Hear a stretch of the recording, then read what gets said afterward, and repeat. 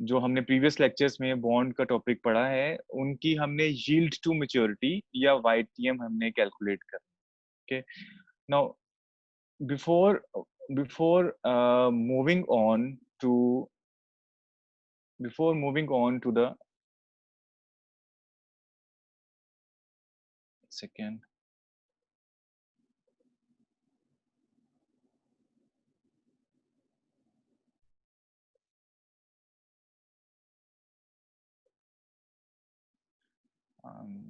sorry, before moving on to the definition of YTM की definition में पे जाने से पहले, this is the question which has been taken from your book Financial Management of Getman from chapter number 6, problem number 21 का A part. Okay, Getman Financial Management की जो Getman की book है उसका chapter number 6 और problem number 21 का first part. The Salem company bond currently sells for $955 and has 12% coupon interest rate. Has 12% coupon interest rate and $100 par value. Pays interest annually and has 15 years to maturity.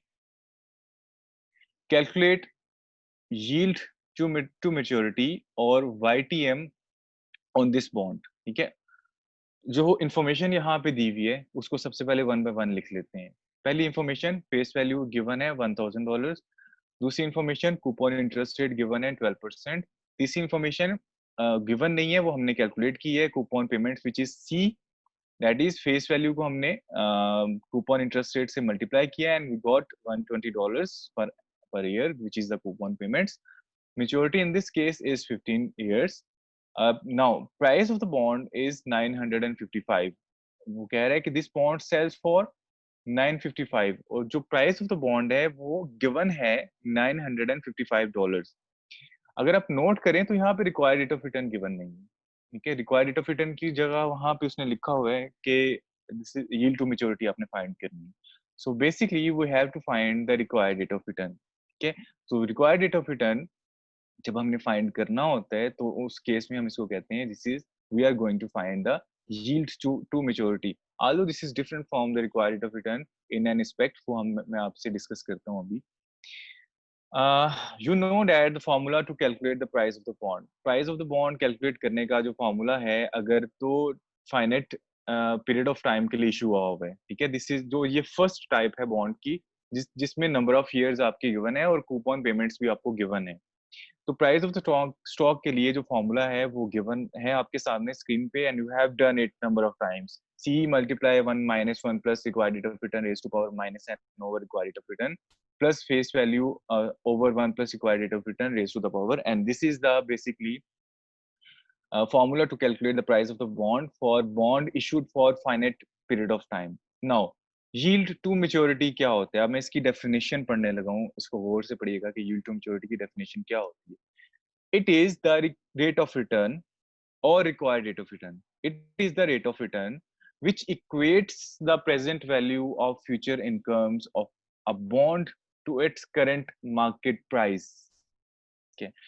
पहली चीज, इसमें दो तीन चीजें note करें। पहली चीज के वाईटीएम क्या है, simply it is a required rate of return. अगर आपसे को पूछे के वाईटीएम क्या है तो answer him it is a required rate of return.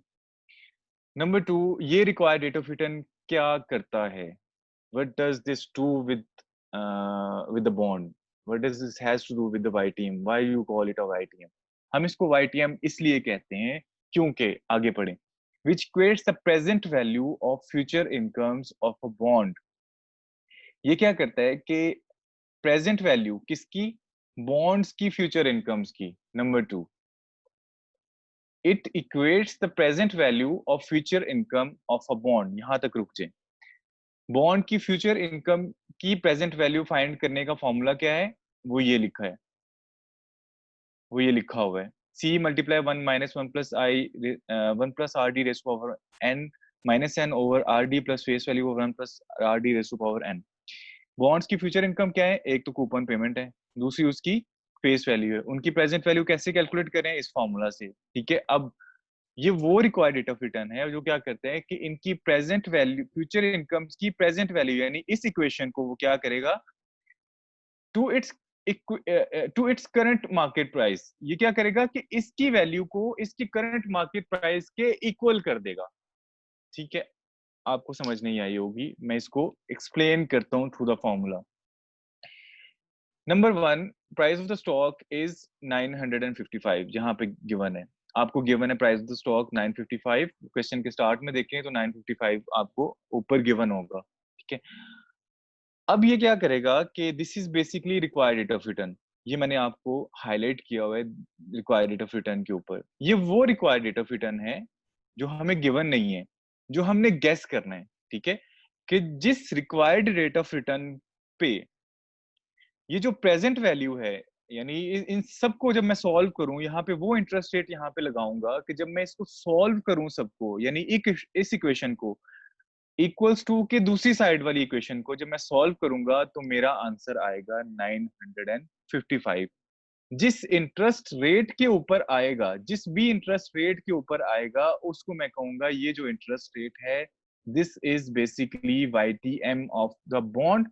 YTM क्यों है? क्योंकि इसने इसकी फ्यूचर इनकम्स की प्रेजेंट वैल्यू को इसकी मार्केट प्राइस के इक्वल कर दिया है।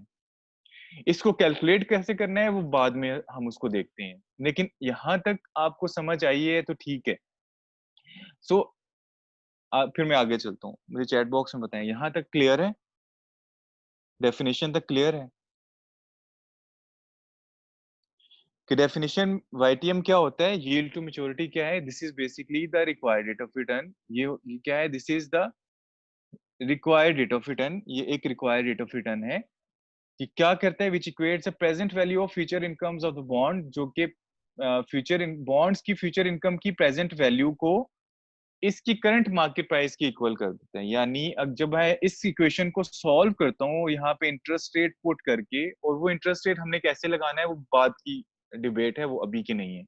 तो जब मैं इंटरेस्ट रेट को यहाँ पे पुट करता हूँ, उस इंटरेस्ट रेट को जब मैं यहाँ पे पुट करता हूँ, तो जब मैं यहाँ पे पुट करता हूँ तो इसका आंसर आएगा इसकी मार्केट प्राइस के इक्वल, विच इज 955।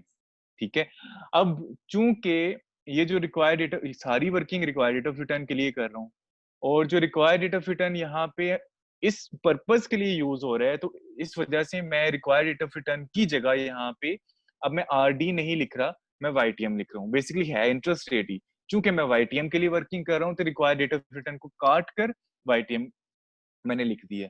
जब मैं प्राइस ऑफ द बॉन्ड के लिए वर्किंग कर रहा हूँ तो फिर यहाँ पे रिक्वायर्ड रेट ऑफ रिटर्न ही आएगा। लेकिन चूंकि मैं यहाँ पे मिसिंग इंटरेस्ट रेट, वो वाला इंटरेस्ट रेट फाइंड कर रहा हूँ जो यील्ड टू मैच्योरिटी को डिनोट करता है, तो इस वजह से मैं रिक्वायर्ड रेट ऑफ रिटर्न की जगह YTM को लिख रहा हूँ।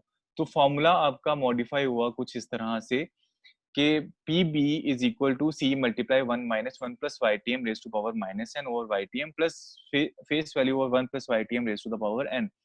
आई हैव डन नथिंग न्यू, कि जस्ट मैंने रिक्वायर्ड रेट ऑफ रिटर्न को YTM से डिनोट रिप्लेस कर दिए, क्योंकि हम यहाँ पे जो वर्किंग करने जा रहे हैं वो सारी की सारी YTM के लिए करने जा रहे हैं। ठीक है, again this is the definition of YTM।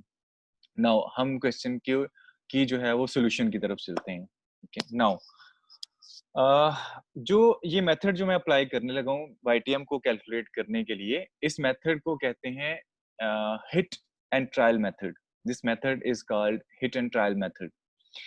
Hit and trial method में हम क्या करते हैं कि हिट एंड ट्रायल मेथड में हमने क्या करना है कि हमने कोई भी इंटरेस्ट रेट अज्यूम कर लेना है, वो कोई भी इंटरेस्ट रेट हमने अज्यूम कर लेना है। ठीक है, यानी वो कुछ भी आपके जहन में अगर इंटरेस्ट रेट आता है तो YTM की जगह वो इंटरेस्ट रेट आप यहाँ पे पुट कर लें। आपके जहन में कोई इंटरेस्ट रेट आता है तो चैट बॉक्स में लिखते हैं, कोई भी इंटरेस्ट रेट आपने, यानी YTM पे, क्योंकि हम यहाँ पे इसकी कैलकुलेशन कर रहे हैं ना, तो मैं क्या करूंगा कि YTM को मैं अज्यूम कर लूंगा, कोई भी इंटरेस्ट रेट को अज्यूम करूंगा, और यहाँ पे एग्जैक्टली हम 10% भी हम यहाँ पे पुट कर सकते हैं। ठीक है, कुछ भी पुट कर सकते हैं हम यहाँ पे। तो मैं अज्यूम करता हूँ कि YTM इज इक्वल टू 15%। मैं 15% यहाँ पे पुट करके देखता हूँ कि इसका आंसर क्या आएगा। मुझे आंसर चाहिए 955।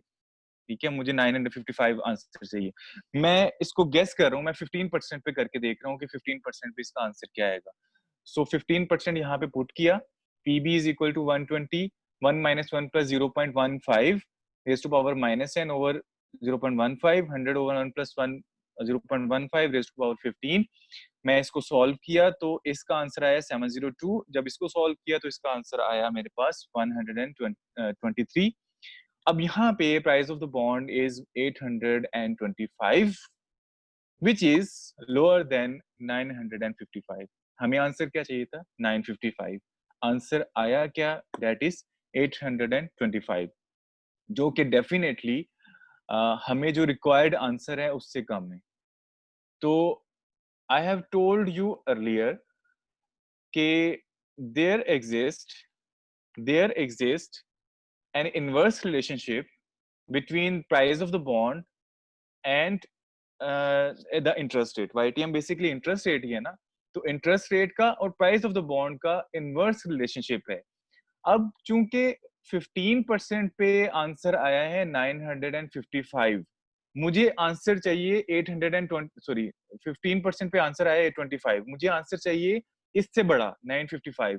तो मैंने अपने आंसर को बढ़ाना है। अब मुझे सोच के बताएं कि अगला इंटरेस्ट रेट जो मैं लगाऊंगा वो 15% से ज्यादा का होगा या 15% से कम होगा? आंसर बताएं मुझे चैट बॉक्स में। जो नेक्स्ट इंटरेस्ट रेट मैं बढ़ाऊंगा वलीद अहमद, या कम करूंगा? क्यों कम करूंगा? क्यों कम करूंगा?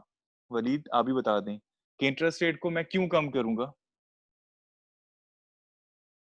क्योंकि जब मैं इंटरेस्ट रेट को कम करूंगा तो आंसर मेरा 825 से जंप कर जाएगा, यानी ज्यादा हो जाएगा। ठीक है, कम से कम 825 से तो ज्यादा होगा। मुझे चाहिए 955, ठीक है, तो कम से कम 825 से तो मुझे ज्यादा चाहिए। फिर मैं देखूंगा कि 825 से कितना ज्यादा हुआ है। ठीक है, शाबाश वलीद।